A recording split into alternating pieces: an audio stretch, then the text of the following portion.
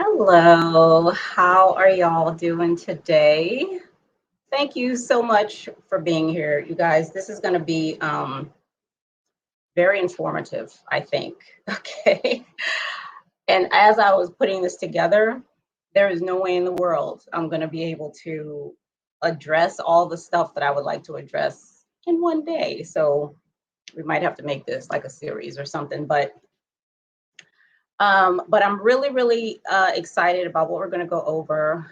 Dr. Phillips is here. He might join us later to add, his add his commentary. But so let's just get started. So I'm gonna. This is the way I'm gonna do this. So I was trying to think about, okay, how am I going to address this? Okay, because like I said, there's so much to talk about. What I decided to do is now in the description of this video, I have multiple links, okay, because I wanted all of you to be able to see all the information that I was looking at, as I was putting this stuff together. Because I mean, you need to be informed too, right? Because this is not about, like, you're going to have to decide for yourself what's actually going on here, okay? So I put all those links in there. Plus, I'm going to be looking over here because my notes are over here. What the stuff that I have here, I'm going to post so you can also see some of those other things that I have. Because this is really not a black and white issue. It's a very important issue, okay? This question as to whether or not hacking is a crime or not, okay? And it's something that all of us are going to have to be able to understand and to answer, okay? So this is the way I've broken it down. I have resources from Hacking is Not a Crime from the website, and that was one of the links that I put in the description. I also have 3 videos that I want to show you, okay? And I'm going to talk about, based on the definition that they have on the website, I'm going to talk about ethics, hacking and crime, intent, which is huge. I'm going to talk about justification, and then at the very end, okay, I'm going to give my thoughts about all this.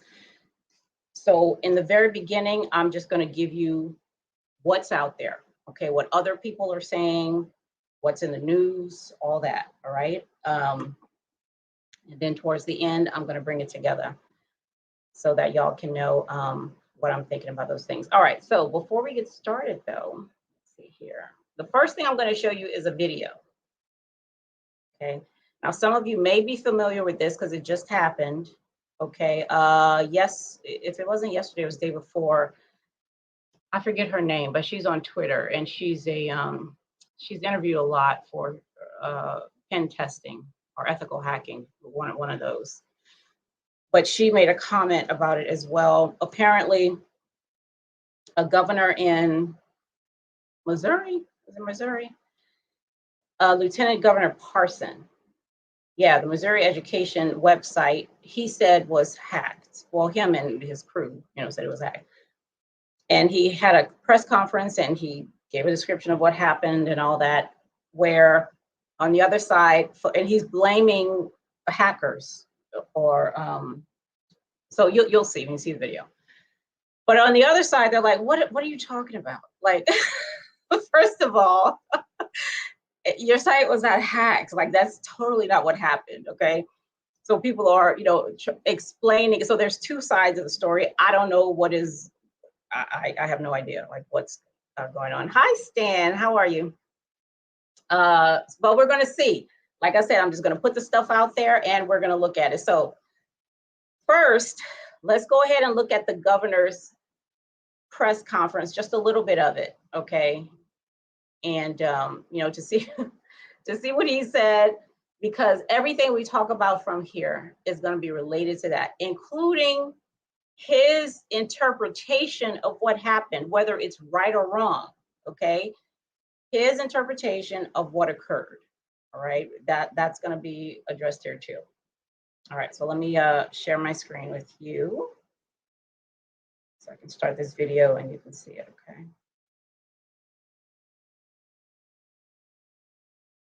resources to respond and utilize all legal methods available. My administration has notified the Cole County prosecutor of this matter. The Missouri State Highway Patrol's Digital Forensic Unit.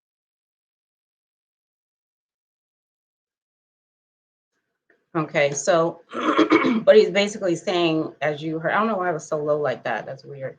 I hope the other ones aren't like that. But apparently someone was able to access information about teachers, like PII, about some of the teachers there, and he's very upset. Okay, and I actually found this story. I found out about it when I was looking at one of the partners of Hacking is Not a Crime. It was Disclose.io, a website. They had this listed there as like something that was going on, and this guy is blaming hackers, and it's got nothing to do with any of that. So if you look, you know, and other people are talking about it too. Apparently, you know, someone else went and said it wasn't a hack. It's just it's information that you can just see when you right click on your mouse and you look at the source code for a website. You know, it's stuff that was there. It was public. You know, clearly they need to do something more when it comes to their security. But you know, everybody's trying to work that out. But because of where I found this, I was like, okay, this is a good place to start, okay? Because the idea from what I get and so I had a conversation in February of last year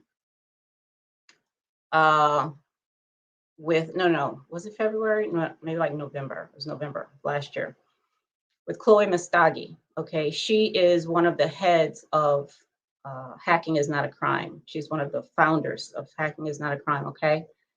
So she was very gracious, and I spoke with her over LinkedIn because I had questions. You know, when I first saw that, I don't know if y'all saw that video I made. When I first saw it, you know, I was like, what in the world is this, okay?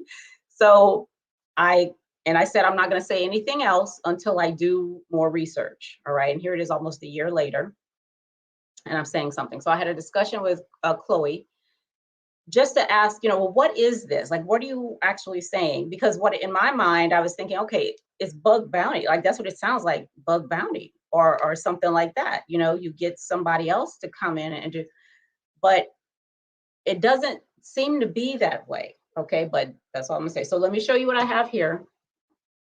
So the website, and just in case y'all haven't been to the website. Okay. And everything I'm doing here, I'm taking from there. Okay, because I don't want to, I want to appear as, you know, unbiased as possible. So I just want y'all to see it just in case you haven't seen it yet. Okay, so this is the Hacking is Not a Crime website. All right, they also have individuals who they've made videos on YouTube. They have a channel on YouTube. Okay, and so you can go here and just look around and see exactly what it is. But this is their mission. This is what this is where I took most of the information from that we're going to be talking about tonight. Okay, so where it talks about what a hacker is and what they're actually, what they feel like they're here to do. Okay. All right. So stop sharing again. Okay. So this is what they say hacking is, or what a hacker is. Okay. A hacker is simply an ethical, curious, outside the box thinker who creates an unorthodox solutions to complex problems. The actions and methods by which these problems are solved is called hacking. Okay. Now this does not just apply to these folks who do not, from what I read, feel like they're in the InfoSec community. Okay, they're just, you know, an entity on the side who's also there to assist businesses with their security. Okay, but they don't, according to what I read again, feel like they're part of the cybersecurity community. Okay, now from what they say here, the first word that caught my attention was ethical.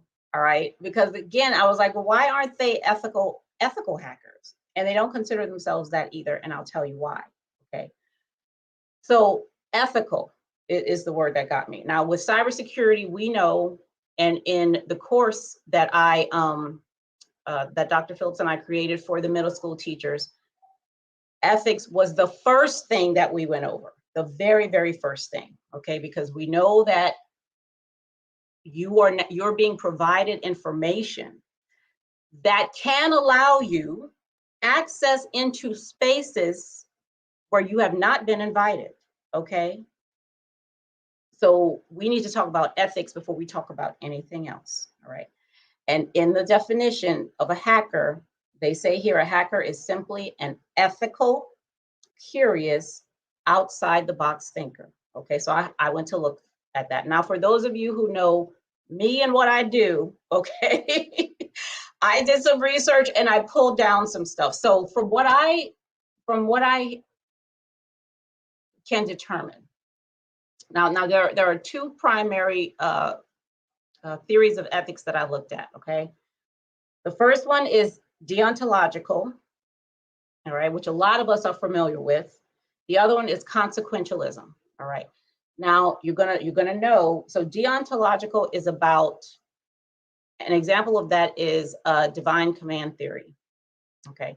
And what that means is you have a right and a duty to do good. And the consequences don't matter. If it's good to do this thing, then do that thing. You know, whatever the consequences are, that's what they are. Okay, but your duty is this. Okay, that's deontological. A famous example of that is what we learned in school: manifest destiny. Okay, it's your destiny to go over to this land and spread freedom and democracy and you know, by any means necessary. Okay, it doesn't matter what happens as a result of that. The thing is, this is your destiny. That's what you do. And we know, many of us know, okay, what a lot of the consequences are and can be when you have that kind of mindset, by any means necessary. Think of Thanos, Avengers, okay? Thanos had a deontological ethic. You know, that's how he thought. It's my destiny. It doesn't matter what I have to do. Okay, that's what we're talking about here. So there's that one, and then there's consequentialism. Consequentialism is about, okay, the focus here is not on duty, but it's on the consequences of your actions. Okay, you can do what you do, but we won't know whether what you did was right and good or whatever until we see what the result is. Okay, that's consequentialism. And from what I hear, well, I'll get to that later. But so those are the two, right? Those are the two. It sounds to me like hacking is not a crime. That group is leaning more towards one than the other. It sounds more towards deontological, right? Because this is our duty. This is what we do, you know, and we don't need anybody telling us not to do it, okay? Because this is what we do. In fact, we need a law put in place, you know, to make sure we can do our duty and not get in trouble for it, okay? So this is from the Hacking is Not a Crime website. Now, there's another, I found an interview from SecJuice, S-E-C Juice. I'm guessing that's like security juice or something, where they interviewed individuals from the group. And they said, let me see, I have a couple things I'm gonna pull up here.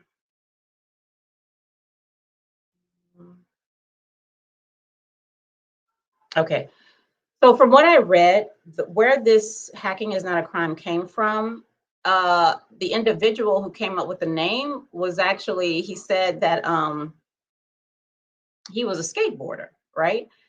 And skateboarding is not a crime was a thing, you know, back then, right? Because, you know, and I remember, I didn't skateboard or anything, but I remember, you know, how they were seen as like a nuisance, right? Always in the way or whatever. But they have, places where people can skateboard, and they have skateboard parks and all that, but all that had to be created.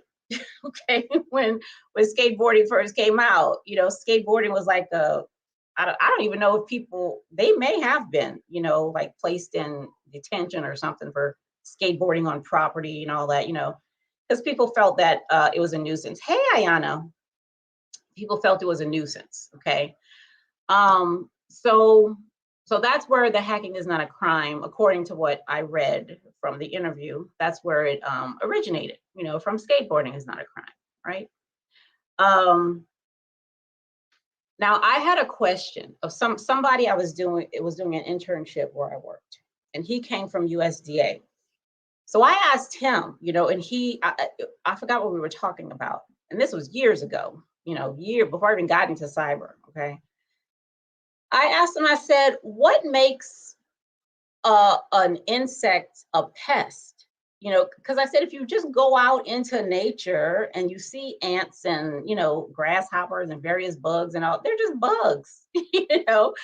When do they cross over into being a pest? And he said, well, they become pests when they start to impact the economy.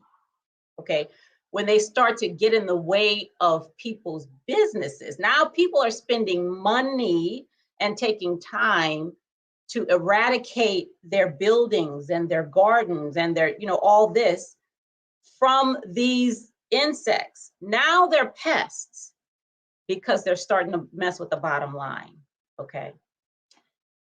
So, and now you got to have, stuff in place, and, you got to label them a certain thing, and all that. But when they ain't bothering nobody, they're just whatever the hell they are, that's whatever they are. So when you have to make a statement that something is not a crime, when you actually have to say that out of your mouth, all right, now that means this stuff has been going on already.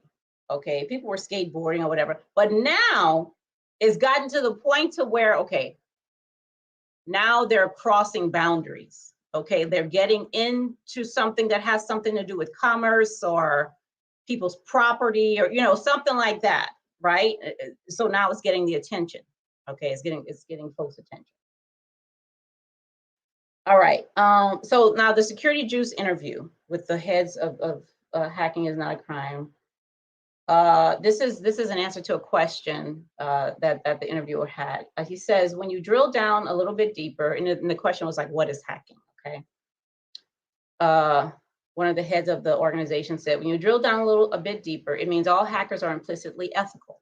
The word ethical as a prefix to hacker just doesn't make sense because we don't do that with our doctors or dentists, he says. We already know they're ethical, so there is no need for the prefix.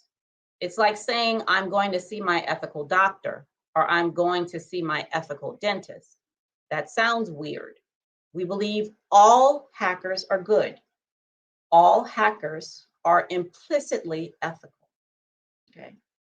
This is why, according to what he said, they don't call themselves ethical hackers. He said there's no need to. We're already there. We're already ethical.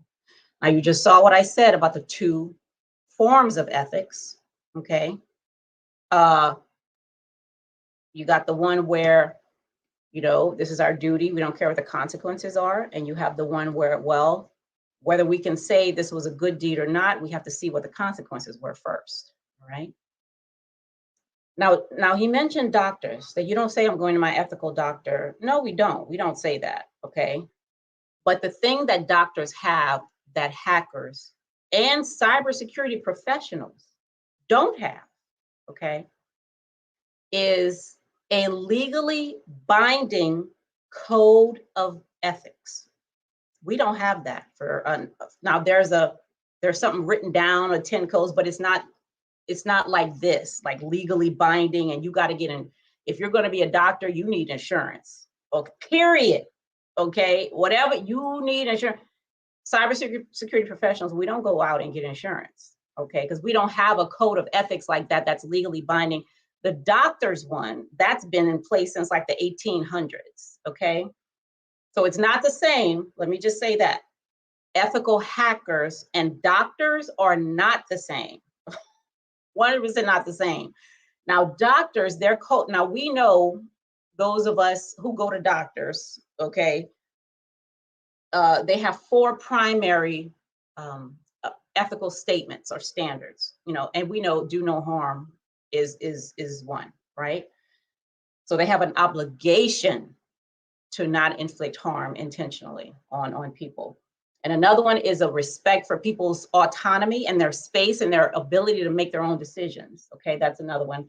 And then we have do good and justice, to treat others, you know, like that. So we don't have this right here. So I'll have to say that comparison is an unfair comparison, because doctors are way more and the thing that they go through to become a doctor, okay, is, I mean, we don't do anything near that, okay, to even become, to say, yes, you are a doctor, okay, we do not have that level of training, okay, or that rigor in becoming a doctor, and nor are we held accountable for what we do the way doctors are held accountable for what they do.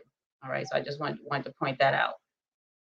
Okay, now here's another thing from the Hacking is Not a Crime interview. Now I want to talk about hacking and crime, because I talked about crime the other day for something else I was discussing, and I brought up that let me show you. I brought up that picture of what it takes to create a crime for a crime to occur. Okay. This right here. Okay, this is the what is it called again? The routine activity theory. It says this is what's needed in order for a crime to occur. All right.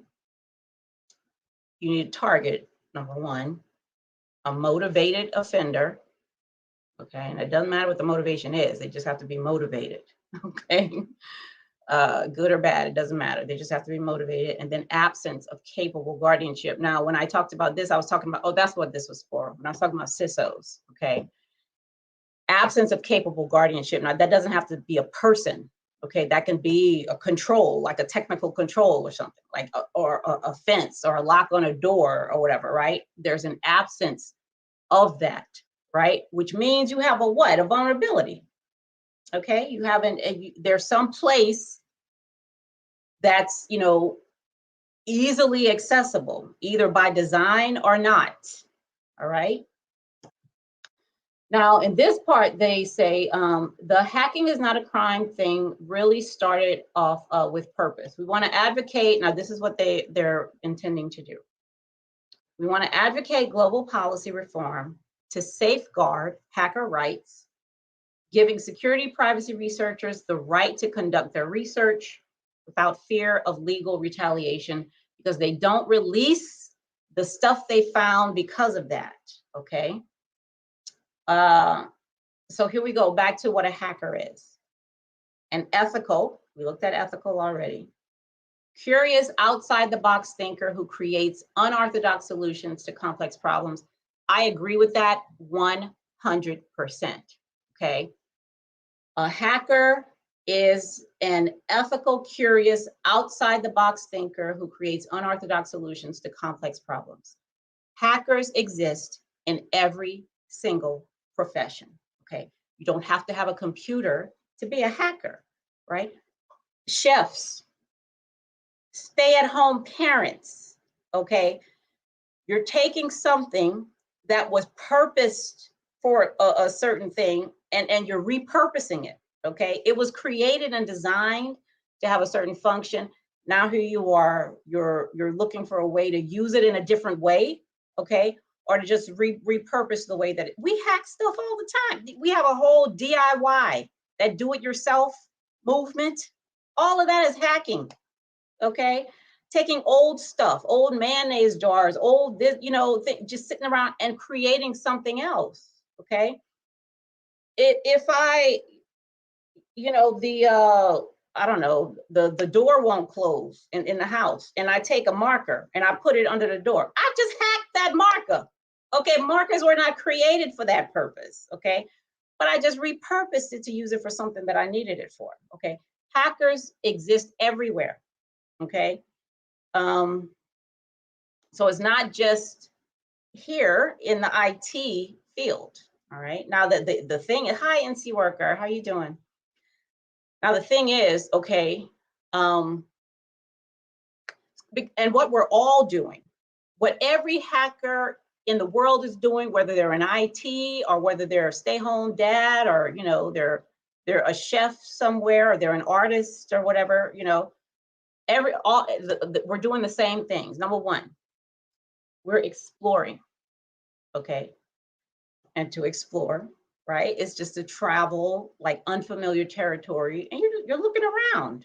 You know, you're seeing, you're not familiar with it. You're looking around, you're seeing what's there. That's what we do. We explore, okay? We discover. From exploration, the logical next step is discovery. I've just discovered something, okay, that I didn't know was here. Okay, I'm now aware of something that I wasn't aware of before. Okay, that's number two. Is exploring a crime? No. Is discovery a crime? I don't believe so. But there's one more that's not in here. Once you discover something, then what do? This goes back to what I said those two ethical theories were. You have the deontological one and the consequentialism. Deontological says, I discover something and I want to use it, I'm going to use it.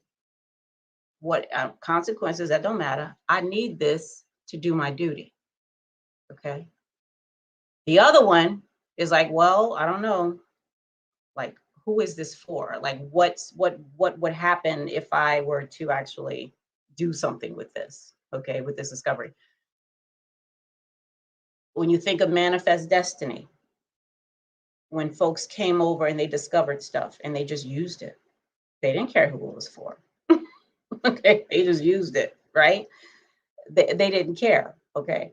And in that other video, what I said was, back then, what the people who are already here were missing were like people like cybersecurity professionals. They were there was an absence of capable guardianship.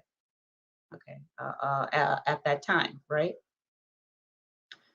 So exploring is fine. Discovering, what do you do with what you discover? Okay, that's a question. If you do anything, you may not do anything with it. You may just discover it and say, oh, I didn't know that was here. You know, now I'm aware that it's here. And now you go on about your business, or whatever else you were doing, okay? Or you change or influence the integrity of what you've found, okay? Is that kind of stuff going on? So now we come to the crime part, okay? This is where we come to the crime. All right, because we know the whole, we learn in Security Plus and all that, all the steps to the ethical hacking, steps. Well, the ethical hacking does not start with reconnaissance, okay? It starts with permission, right? It starts with permission. Then you go to reconnaissance and discovery and gaining access and all that stuff. And it ends with reporting, okay? And this is where we get to the crime, okay? What I am still super duper fuzzy on, okay? I get the permission. There's no need for, like, I know how ethical hackers do it, and pen testers and all that, okay? I'm familiar with bug bounty. I've gone to HackerOne's website and I see all the reports that they do, and it's really great. It's awesome. It's wonderful. But here, where's the permission is what I'm wondering. Or is there no permission? And the argument is we don't need it. Okay, is that the argument? There's no permission, no, and we don't need it. Why? Because it's our duty to do this. That's why we don't need it. Is that what's going on? Now, the next thing I read a lot about, and that they mention a lot, is intent. Okay, because yeah, like we're here, we're doing this thing, but the intent is good. Okay, it's the intent. It's not the consequence. It's the intent, you know, and the reason why we're doing what we're doing that makes it not a crime. Okay. Now, I know you all are familiar with what a lie is. Okay. Now, a lie is just an untrue statement. That's all a lie is. It's an untrue statement. What's a white lie? Is it more true than a lie? No, I mean, it's still a lie. But what's the white part mean? What does that mean? That is about intent. Okay. Yeah, I told a lie, but I did it so I wouldn't hurt your feelings. Okay. It's still a lie. But what I'm saying is it's justified. Okay. Because I didn't want to hurt your feelings.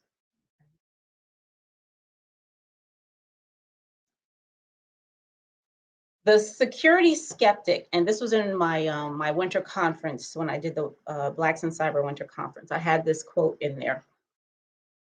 Okay. Hey, Kareem. Because so much software is third and fourth party, many exploit that.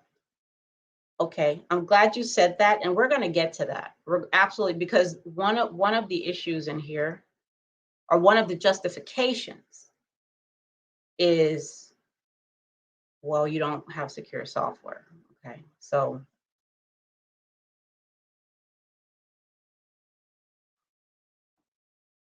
I mean, you know, you don't have secure software. So I mean, y'all putting stuff out there that's not secure. So you know what? So listen at this, right? The security skeptic. He's someone I follow on Twitter. I put this in my my thing, the other presentation stuff. He said to legitimize cracking activities. He didn't say hacking. He said cracking activities.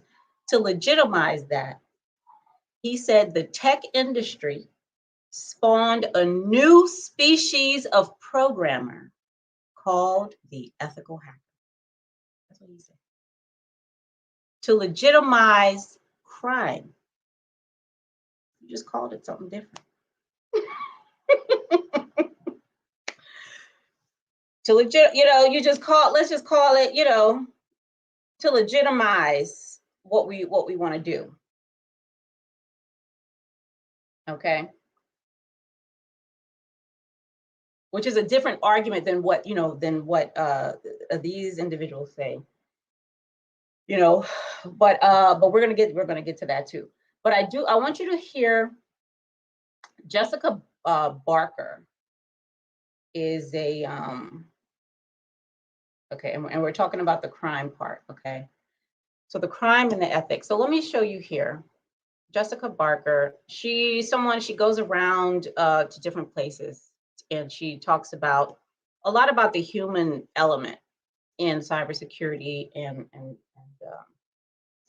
pen testing, you know, and all that. So here she's talking about the us versus them mentality that we have in the field, where we know a lot. Okay, we know more than the regular person just walking down the street. Okay, we know more than our parents. Okay, our siblings even, who are not cybersecurity professionals. We know more than our children. You know, some of who just, you know, our grandparents. Like, we know more than them. Okay, and what she's saying here is we have a us versus them. So because I know more than you, I'm in a totally new category. Okay, like I'm I'm in a totally new category than you are. And what I tend to do is to diminish you because you don't know what I know. All right, but let me let you hear her say it. All right, y'all ain't hearing all this stuff from me. Now I hope she's louder than the other. Oh wait, I gotta, okay. Share audio. Now we're not gonna listen to the whole thing. We're just gonna listen to her. Let me make it bigger, the whole screen. Now let me know if you can't hear it, okay? So I could do whatever I need to do to. In the industry, people who are sort of technology orientated, and people who aren't, the everyday user. And you see it a lot. You see it a lot in media reports. You see it a lot on Twitter. And it's this idea that we are knowledgeable in this industry and people who don't have the same knowledge of us are stupid. So we can see it in that Register article. The biggest problem in InfoSec are middle managers, because they are the ones in this latest report who are clicking on the most phishing links. We've got this other tweet, and I thought I should block out who said it, but why InfoSec is hard. Basically, the user is a disease and is an idiot. Quite an extreme example, but you see this undercurrent quite a lot of blaming the user. And what this actually is victim blaming. The user is not the biggest problem in InfoSec. The biggest problem in InfoSec are, of course, the attackers. They are the criminals who are engaging in criminal activity, and they are the ones who are obviously causing the problem. Victim blaming has been around for a very long time. It used to be a sort of recognized and reputable part of criminology. So for a long time, police and criminologists used a typology of victimhood to define how much a victim was responsible for a crime. It ran from 1 to 6, 1 being a victim was completely innocent, up to 5 and 6 where the victim was entirely responsible. And that was recognized and accepted, and it was seen as kind of normal that a victim could be responsible for a crime that was acted against them until the 70s and 80s when this started to be challenged. And it was a couple of sociologists called Timmer and Norman who led this kind of challenge against the idea that victimhood is a disease and a problem, and that if you are a victim, then you are asking for it. And what they said is that this kind of victim blaming attitude, it diverts attention away from the real problem. So in our case, it diverts attention away from the criminals and the people who should be the them group that we demonize. And it also is unfair and is damaging.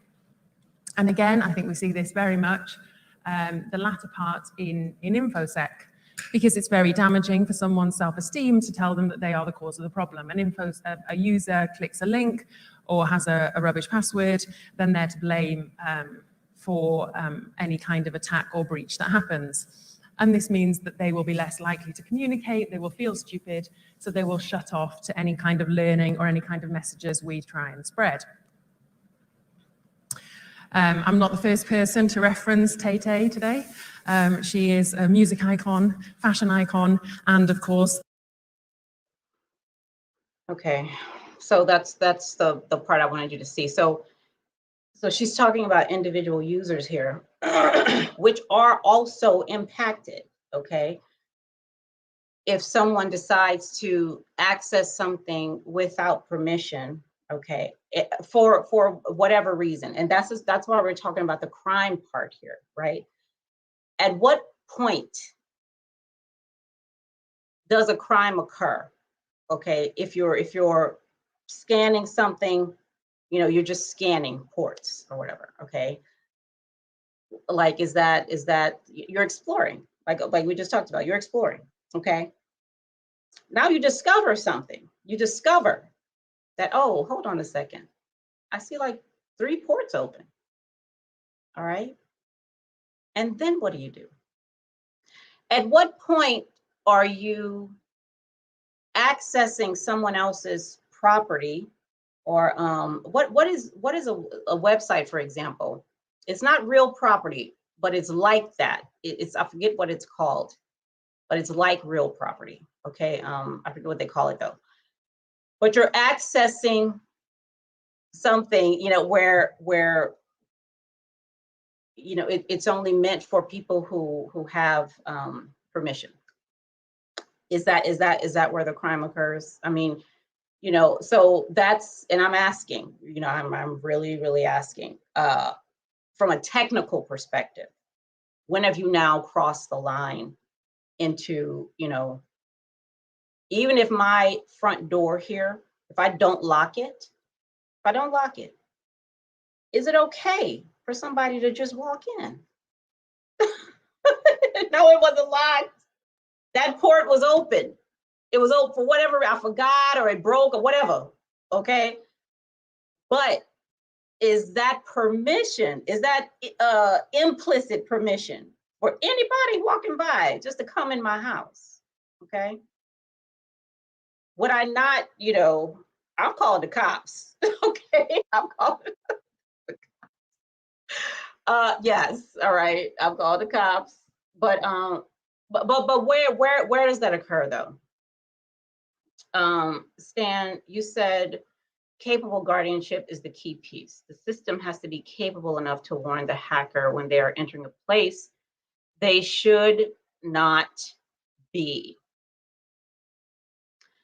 Okay, Stan, I'm glad that you have this up here, because a system, any system at all, okay, it requires a couple of things. So what a system is like a bunch of interconnected entities.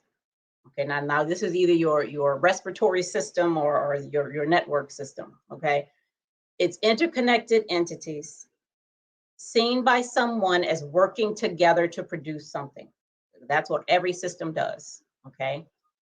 Now the seen by someone part of that definition is the boundary.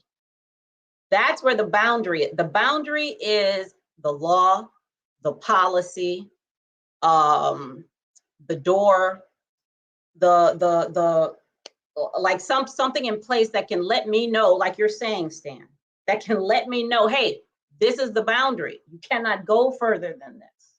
All right. So what law, policy, physical thing, or whatever is in place to let somebody know, all right, you're good up to this point. Now, if you cross this here, now we're gonna have to, like, something else has to happen. Okay. But yeah, thanks for that. So now something that we read, or that I read a lot, and you know, if you go to the website, you'll see it there too. There's a lot of talk about intent. Okay. A lot of talk about intent. Like I did, like the white lie. Yes, it's not true. Yeah, it's an untruth, 100%. But I did it for a good reason. I had a good intent when I did that. But the thing about this, right, is, hold on, let me pull up something else for y'all to see.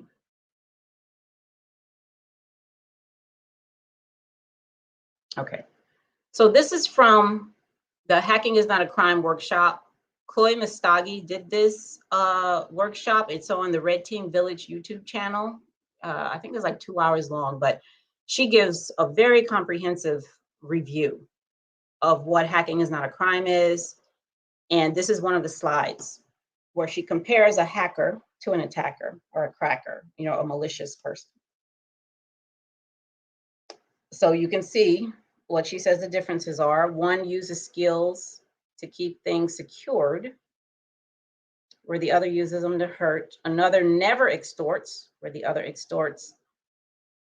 Another stays within scope when the other exploits without permission, and the other exploits with permission only, and for the other there is criminal intent. Okay. Now, I have a plethora of questions about this, but I just wanted you to see what Chloe says the differences are. between them. So one is criminal intent, and intent isn't over here explicitly, but I guess it's, it would be non-criminal intent, or an intent is to keep things secured. Okay. Now, is that okay though? So with the intent, okay, is that okay? Well, let's see.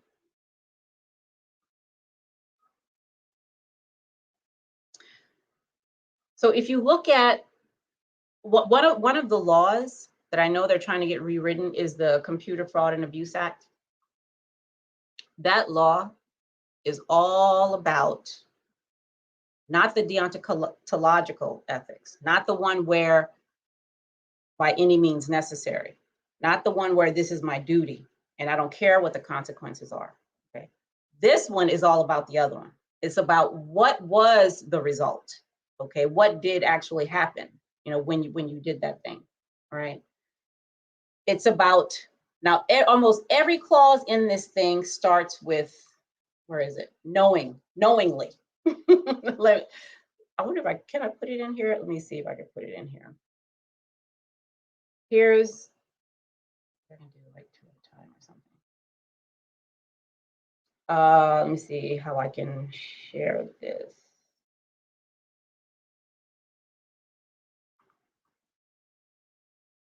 I'm gonna put in a banner. Yep, I think I can do that. Y'all be able to see that? Let's see.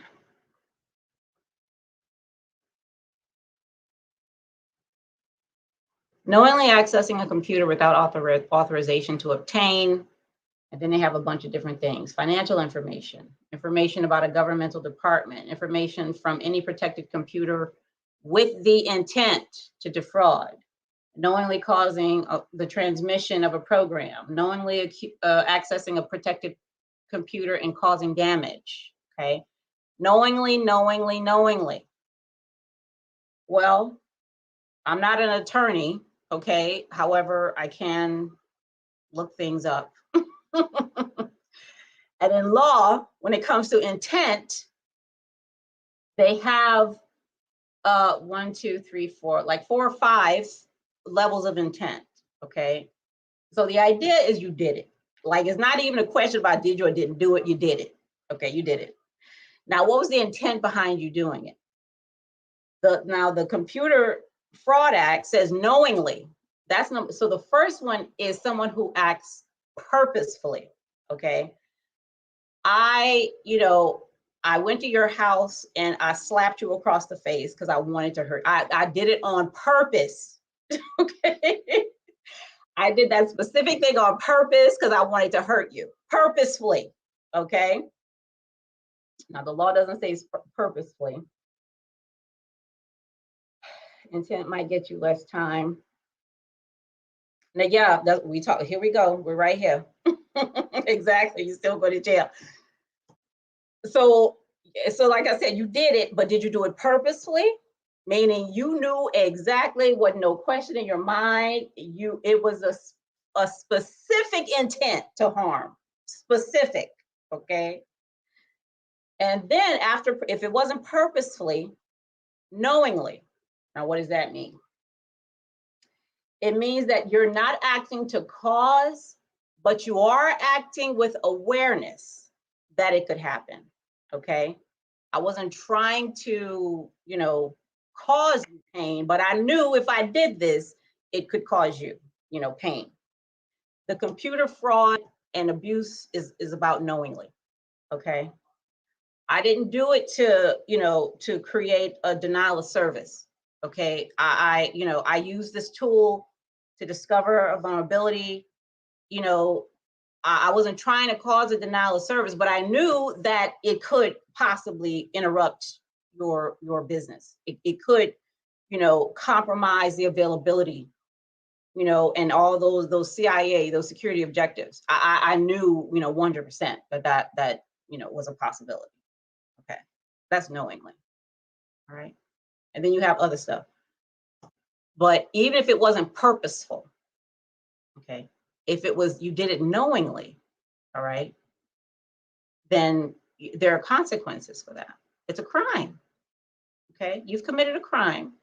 It may not be a felony, okay, but you're going to get something because it's a crime, you know, because the question is not whether or not you did it. You did do it, but what was the intent behind it? You did, you know, access something without permission. You did it, okay. Now, what was the intent behind it, so we can determine how, you know, how hard your hand is going to get slapped for doing that. Okay? And I mean, if they're trying to get that law thrown out or changed or whatever, like how would it be? I don't know, like how it could be changed so that the you know, so that it would work and do what they want it to do. Hold on, Kareem, I see your comment. Let me just take this thing off the thing there. Yeah, I saw, right, the murder and the manslaughter. Yep, I did see that. That's exactly where I went for this stuff right here. All right. Yep. But at the end of the day, Kareem, the person is still dead. Okay. Which is what we're talking about here. Okay. What model of ethics are you using? Okay. Because for the one that worked with, like I said, Manifest Destiny, the people are dead. I mean, it was my duty to do this. It was my destiny to be here. You know, whether they're dead or not is just, you know, what it is. Okay. But I had to do what I needed to do. That's what the priority is. The focus is on me doing my duty. Okay. Whereas the law is like, okay, what was the result? Okay, what was the, not what was the result, because the result is the person is still dead. Now, how, it's a crime, so you're still going to get something, right? Unless you've gone way over into justifiable, and we're going to talk about that too, okay? But for where we are right now, it's like, okay, you did it, the person is still dead. So now let's see how you're going to have to, you know, be accountable for that. All right. How are you going to have to do that?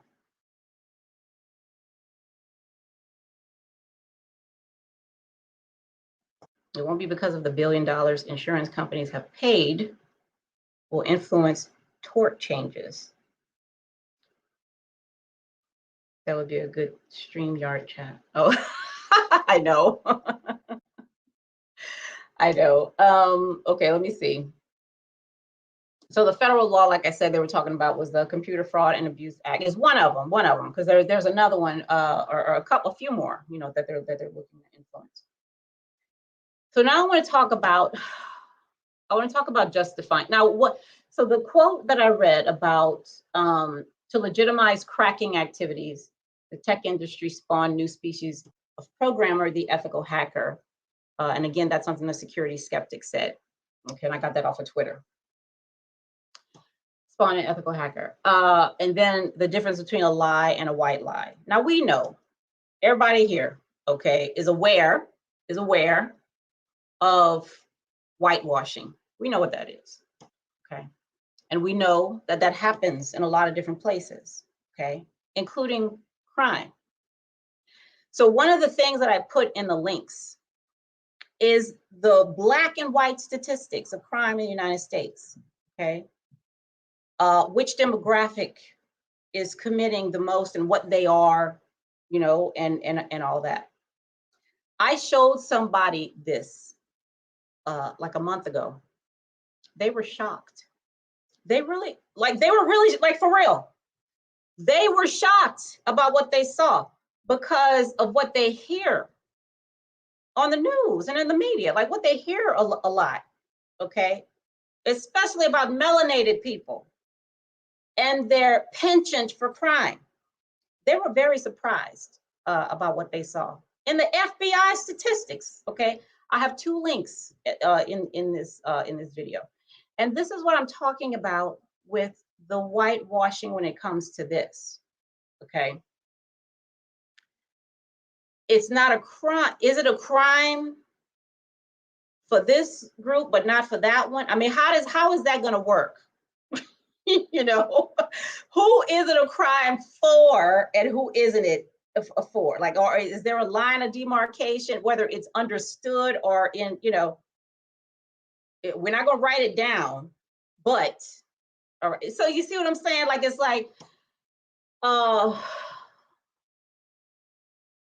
something else I said in the Big Winter Conference as well, which is why I had that quote in there, okay, is that when we, even in the, now let's not even talk about this group right here, even in the InfoSec community, one thing that I brought up in there is if you look at red team and blue team, if you look at the certifications for each of those, if you look at the attention for each of those, if you look at the rigor in testing for each of those, there's a very clear imbalance, okay, that I've talked about several times on here.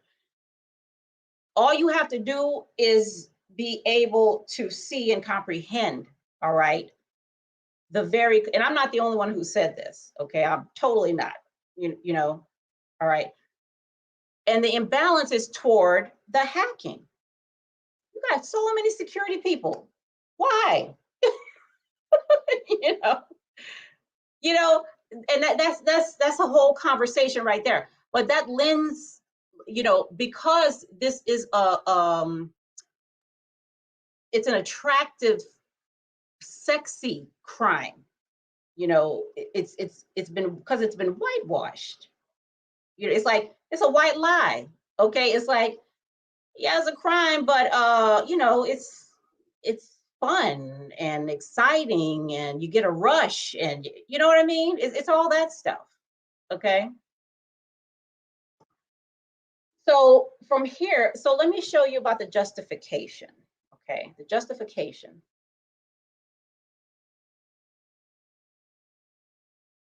Let me see. What do you say, Stan? What if it's our kid up at midnight accidentally crossing into a private database? Would you want the book thrown at them? So, you know, so Google, and that goes back to intent too, right? Was the kid's intent, if especially you didn't even know, like, you don't know no better about what this thing is or what it does or whatever. But Google has a very good write-up about responsibility in cases like this, right? And this is why, too, Stan, when we are talking to children, middle school, you know, elementary, high school, like whatever, and not just adults too, damn it, you know, when they first come into the thing, we cannot skip the ethics. We can't. All right. We just can't, because we know that we're giving them tools and they're learning things that could actually harm. All right. So why wouldn't we at least have that discussion or put that in the certification training? Like, do something. Okay, do something, you know.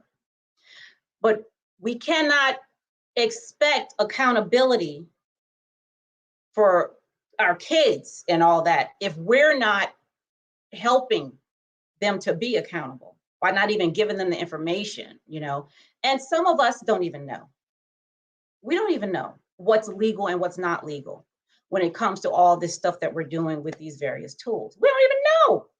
And some of us probably don't even care to know. We just know it's fun and we want to do it, you know. So, I mean, there's a lot that has to happen on all sides, you know. And what we don't want to do, like, this is not an us against them, all right? These people, hacking is not a crime. They say they are here to help the security, okay? I believe that. I believe it 100%, all right? I believe it 100%. But let me tell you what else I believe. Let's look at this this justification stuff real quick. I have to now, I told y'all, so was it a month ago or something, I went to Utah to participate with the Arbinger Institute in some stuff that they were doing regarding equity, diversity, and inclusion. Okay. Now, what I'm showing, they have a system or a process or program. It's called inward and outward mindset. Okay. And they go into organizations and they do things with leaders and everyone to encourage individuals to see things, in different ways, right? So an inward mindset, let me show you the website. I'm gonna go through this whole thing, right? This is about how do you know you have an inward mindset? Like, how do you know that you're being, like you're not really, you're all about you. Like you're really not considering anything else, except what you feel is your right and your needs and and utilitarianism is about that. Like if you go, which is the what is it? What's it called again? Consequentialism. Okay, not the deontological one. The consequentialism, which considers the result. And an example of that is utilitarianism. But utilitarianism is not just about what's great for the whole. Okay, it's also about you specifically. Like today, me and Dr. Phillips, we went to get an ice cream. Okay, we went to this new ice cream shop over there. Now, he picked his and I picked mine. Okay, so with a utilitarian mindset, I'm thinking about my utility because it's just me. So I'm gonna pick the flavor that gives me the most pleasure, which I did. Okay, because it's just me I'm considering. Okay. And he picked what he wanted because now, if I'm out, and I'm just gonna buy one tub or one or two tubs, but I'm with, I got me, I got my kids, I got my friend with me, I got it, now we're talking about, it's not just me. I like this, so this is what I'm getting, and everybody else is like, well, what, no. Now we have to, we'll look around the room. Let's see what everybody, need. What's the best decision for the most people? Okay. Now that works in situations and it doesn't in some. But the point is, you can, when you look at consequences, it doesn't, and doctors do this too. Why? They use both. They're always like, you have to be able to do that. Okay. But the idea is you're not just staunch, it's my duty to do this and whatever happens, just happens. Okay. Because this is what I'm doing by any means necessary. Okay. I mean, you can do that if you want to. What I'm saying is that what we're looking for? Is that going to do it, for individuals? Just like Dr. Jessica Barker was saying, is it, because that's clearly in us versus them, clearly in us versus them. Now, let you see what Arbinger says, how you justify actions. Okay. And then we're going to go look at what the writing was as for why hacking is not a crime. Okay. Pull this up here. It's not a video, it's just a write-up. Okay. Now, with an inward mindset, we often feel right or justified, okay? That our truth is the only one, our perspective is the right one. We become defensive. We feel we have to prove our rightness, okay? We might feel attacked by other suggestions or ideas. We blame, okay? We search for outside reasons as to why we're getting all this flack. Like, why y'all picking on me? We horribilize others. Okay. We feel victimized. Again, why are you picking on me? Why is this happening to me? We label others. Okay. We exaggerate differences. Like, I'm not like that group. because we don't do that. Okay, we're like this on our own. We exaggerate values. We take principled stands that support our perspective and enable our justification of ourselves. I wish I could highlight that. And we focus on ourselves. We think only of our own needs and challenges and all that. Now, everybody under the sound of my voice has done all this, including Cheryl, okay, including me. We all are masters at justifying things when we want to do something and still be able to sleep at night, okay? All of us. So let's look at this from that perspective, okay? Now, here are some of the things that that I got from the website and from Disclose.io, who's a partner of Hacking is Not a Crime. So Disclose.io, so this is another website you can go to where individuals can go and see where they can, if they're out there exploring and they find something, like what can they do, where can they go with it? So they have a message for those, and then they have a message for the companies. Okay. Now the message, and then they say, if you have discovered, that's what it says, if you've discovered a security issue, this is what you can do. Now let me let you hear what they say when it comes to the companies, the message to the companies out there,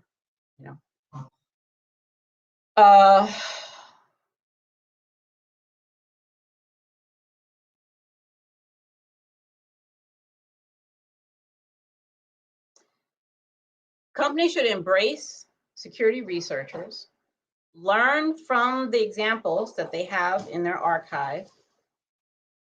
Researchers who have been threatened by naive entities while legitimately working to improve the security of a product should be a source of collaboration. They may know more about your system than you do. Put researchers who voluntarily submit bugs and vulnerabilities in touch with your internal security teams and work together to fix things, okay? And they have a bullet here. An excellent coordinated disclosure generally boosts a company's public image. So they're saying these are the benefits for you to work with us when we go and we discover something on your system, okay?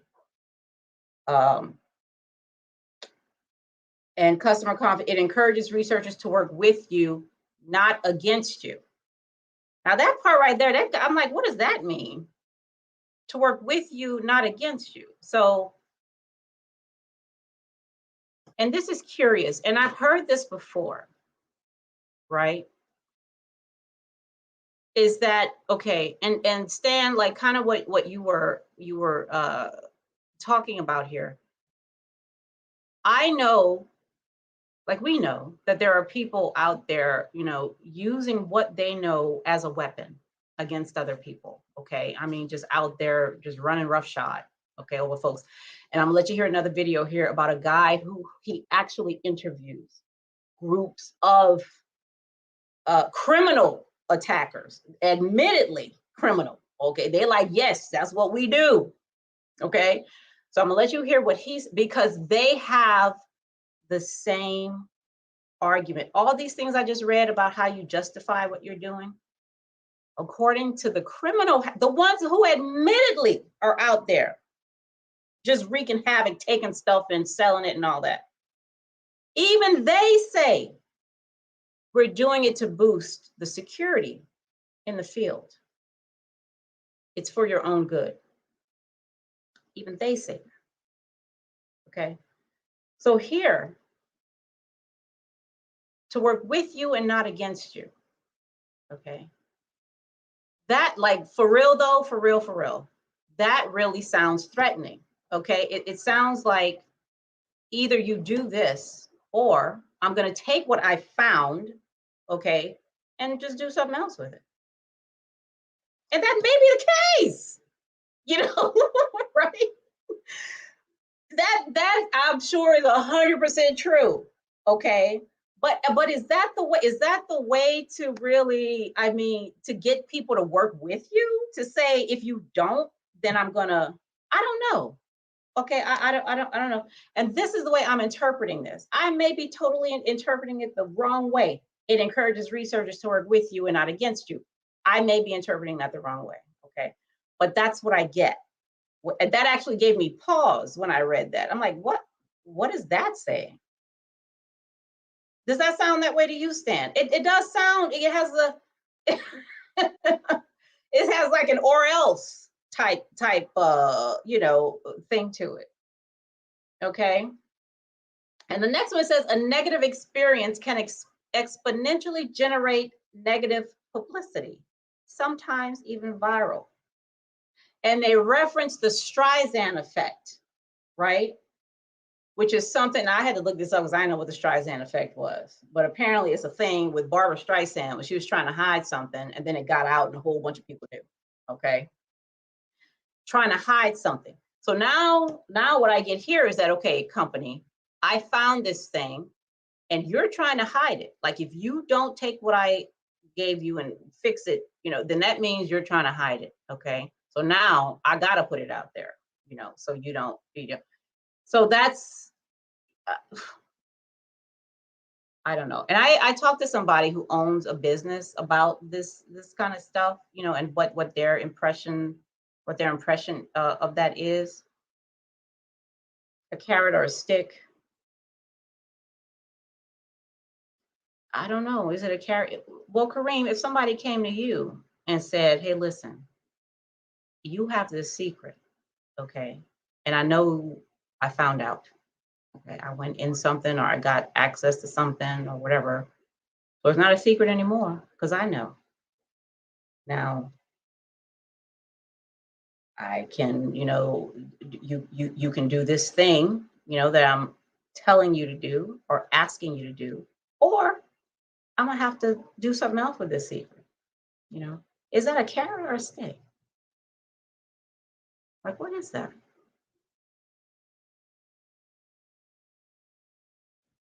What is that?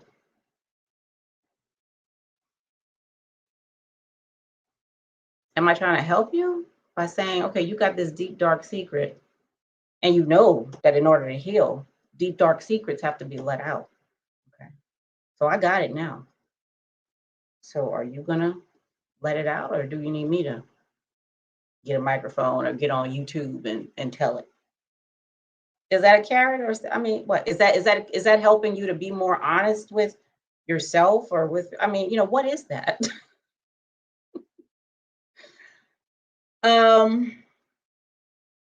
Okay, so let me show you what this other guy, and this is the last video.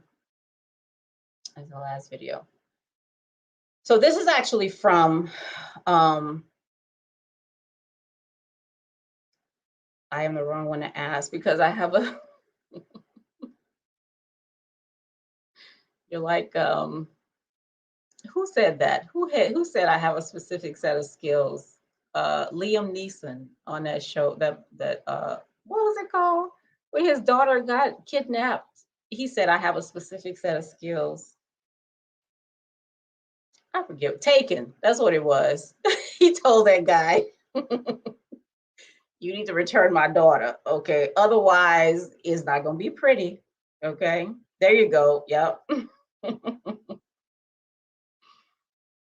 But I think that that's like, you know, it's, so that is a good, I mean, is it a carrot or a stick? I don't know. I would have to ask the business, okay? And have them feel like, you know, have them determine if somebody, you know, authorize your information or you know, or is in your space, you know, and they find something, you know, what would you do? How does that make you feel? Do you feel like that's good for the business or bad for the business? Because at the end of the day, business people, I think, are about business, right? Is it good or is it bad? Like, can we get some stats or something that say, you know, people who are just out there looking for stuff and find it and go to businesses, you know, these people say, you know, it really helped improve the business or whatever.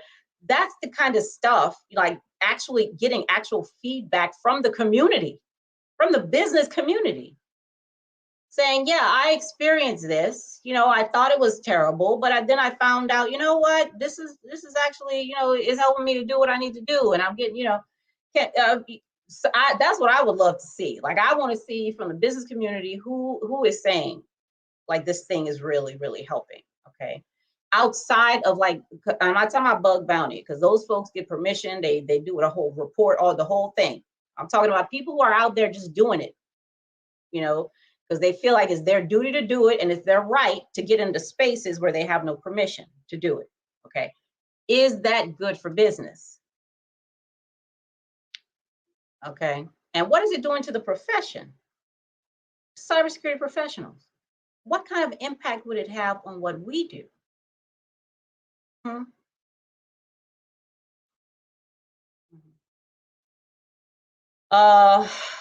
Okay, let me show you this video. Now, this is Security Weekly. I'm subscribed to Security Weekly. Some of you, y'all probably are too. And this individual works for The Record, and he interviews underground cyber criminal people. All right, so I'm gonna share this with you just to hear what he says they say and what his opinion about that. Okay.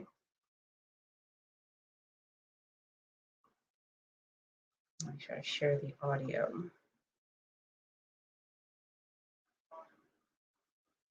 All right. To them, it's just you know, if it works, it works. You know, is kind of the opinion there. And you hear some of the comments from these interviews. And now this is the interviewer. Okay, the guy who he's interviewing, his name is Adam. He's gonna be the one to respond about. And I don't know if they feel a need to believe it themselves, or they really do believe that what they're doing could be seen as a service for companies that helps them be more secure. Yeah, I think I know what you're referring to. Some of the you know, individuals say things like, we're making the world a more secure place by, you know, engaging in these hacks because we're raising you know, the value of security. We're making it very obvious to other companies that they need to invest in this. Obviously, I think that's complete BS. It's like, if you were a criminal who was going into banks and robbing them at gunpoint, it would be a hard argument to make when you get arrested and show up in court and try to say, I'm really just trying to, you know, make these banks better. I'm trying security. Yeah, they should be paying me for this service. Like, I don't know I'm not sure. I guess that they're trying to make these kinds of arguments because we've, especially after incidents like Colonial Pipeline or JBS, you definitely see more that the pressure on law enforcement to do something about this is just at an all-time high. They're using terms like, you know, cyber attacks can be a form of terrorism. You see threats from, you know, all the way up to President Joe Biden, who says that there are red lines. And so I think that some of these groups are trying to sort of weasel their way out, try to create like a defense in case anything does happen to them, that they could say like, my heart was in a good place. Yeah, right. Yeah.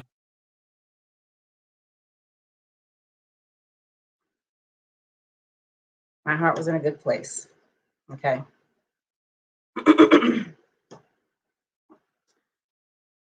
All right.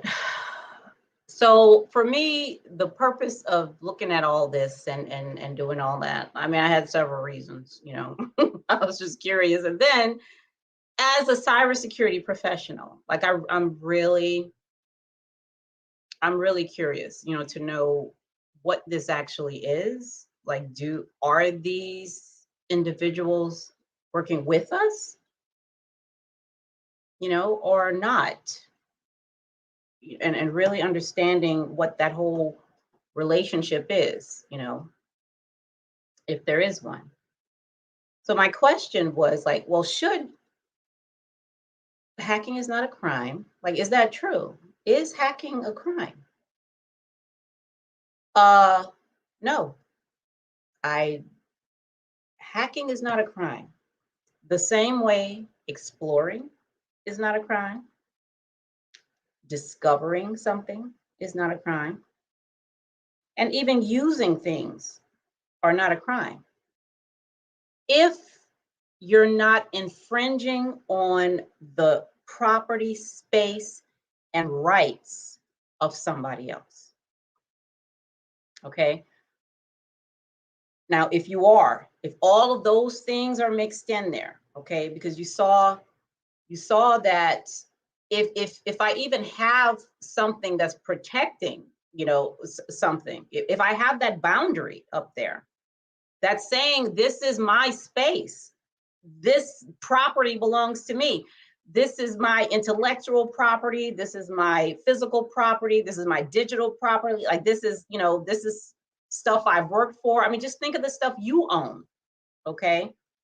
Whether it's in the analog world or the digital one, okay? Your right is to give people permission to be there or not, or to say you're authorized and you're not. You can come here and you can't, okay? Otherwise, it's like I said in that short video that I did, it's like, where is that other? It's like this, what Dr. Jessica Barker was saying. It's forced penetration. That's what it is. If you don't have permission, how is it not if you don't have permission? And for us to say, well, you're the one putting, vulnerable software on your system,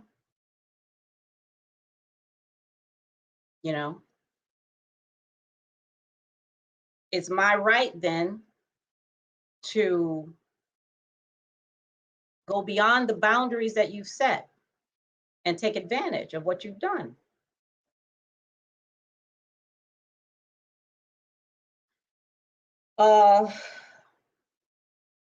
Capable guardianship, okay?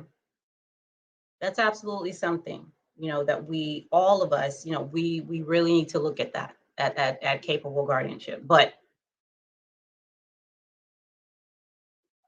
who are we, like, how can we work if we have the same goal to, like he was saying, like these people are saying, well, we're trying to, help people get better at security and stuff. Well, how can we do that without violating business owners and individuals? Because these businesses have my information, okay? They have your kids' information, your mom's information. It's not just the business that's getting hurt, it's like the information that they have and are using, okay? But why do you say that? Is it the ends justify the means? Is that what it is? Or the means just, however that works. If the result don't matter, if it's all about what my duty is, okay, then I mean, I can't go with that one, okay? I can't go with it's my destiny to do this, no matter who is hurt by it. That's not my problem, okay? So no, hacking is not a crime when it's, and I didn't say anything about intent. I said, did you go somewhere where you didn't have permission? And are you infringing on somebody's rights? Okay, those are the questions I have. Okay. Should hackers have their own rights? Okay, hacker rights. That's a thing too. My answer to that is yes, but not at the detriment of mine. We all, which is why I talk about human rights, not hacker rights, human rights in cybersecurity, which covers all of us, because all of us have what I call the freedom to be secure. Okay, we all do.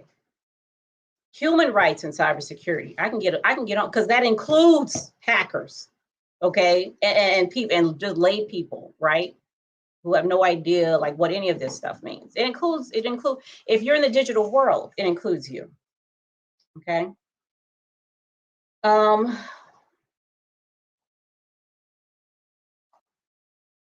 Guarding everybody's right to be secure, and security is actually Article 5, I think. Did you want to say? Security, I think, is Article 5 of the, is it the UN human rights thing, something like that. But it's one of those articles, and the right to security is on there. Okay, it's everybody's right. And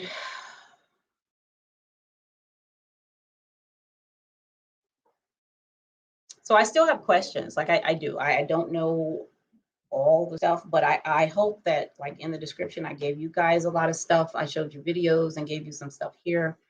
And like I said, I'm going to share this thing and all that. But because I think this is an important matter, you know, for those of us who really want to be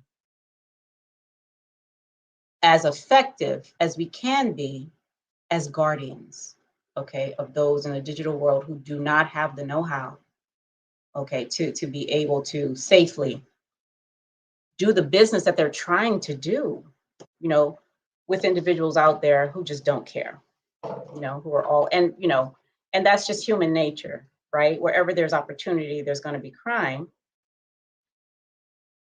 But if you say you're here for security, you know, then you cannot be for security if you're not for humans, okay? If you're not for the person, okay? That's just not going to happen, right? Thanks, Stan. You did. You missed the whole thing.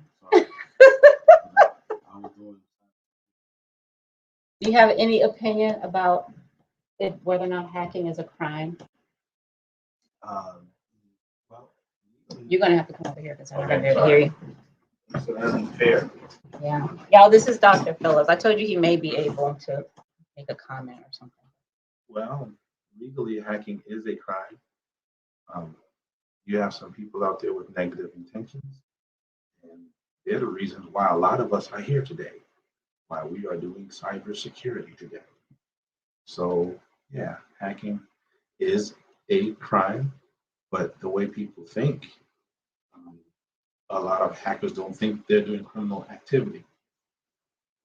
If they are able to get into your system and retrieve your data and use it for malintent, well, then that falls under the criminal statutes. You know, mens rea and actus reus. And, we're here to try to stop that. Crime. So I did show like the legal stuff. Mhm. I didn't have all them fancy words like you did. Though, Well, you know, if you don't give someone permission and they get into your system and do whatever, and they're not writing a security report at the end to show you how to better people from getting out, and they're just bragging about it. Yeah. Crime. Now let me get into your system. I'm just your buddy. Yeah, we gave examples. Watch what I do. All right, y'all, thank you for being here. I really appreciate it.